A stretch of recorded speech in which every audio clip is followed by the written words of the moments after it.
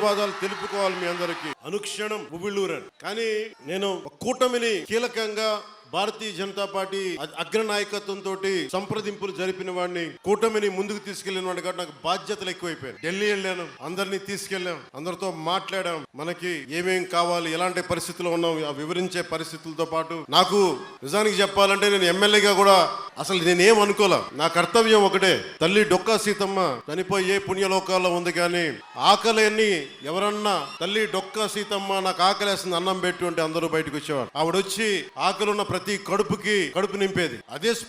అదే స్ఫూర్తితోటి కష్టంలో ఉన్న మన సగటు మనిషికి నిలబడాలి అన్న తపన తప్ప దాంట్లో పదవులు వస్తాయా, అధికారం వస్తా నేనేం ఆశించలే. కానీ ఈ రోజున ఉప ముఖ్యమంత్రి ఇక్కడ ఎమ్మెల్యేగా గెలిపించడమే కాకుండా నేను కోరుకొని ఉప ముఖ్యమంత్రి స్థానాన్ని కూడా మీరు మనస్ఫూర్తిగా వచ్చినందుకు దానికి ఆ విజయాన్ని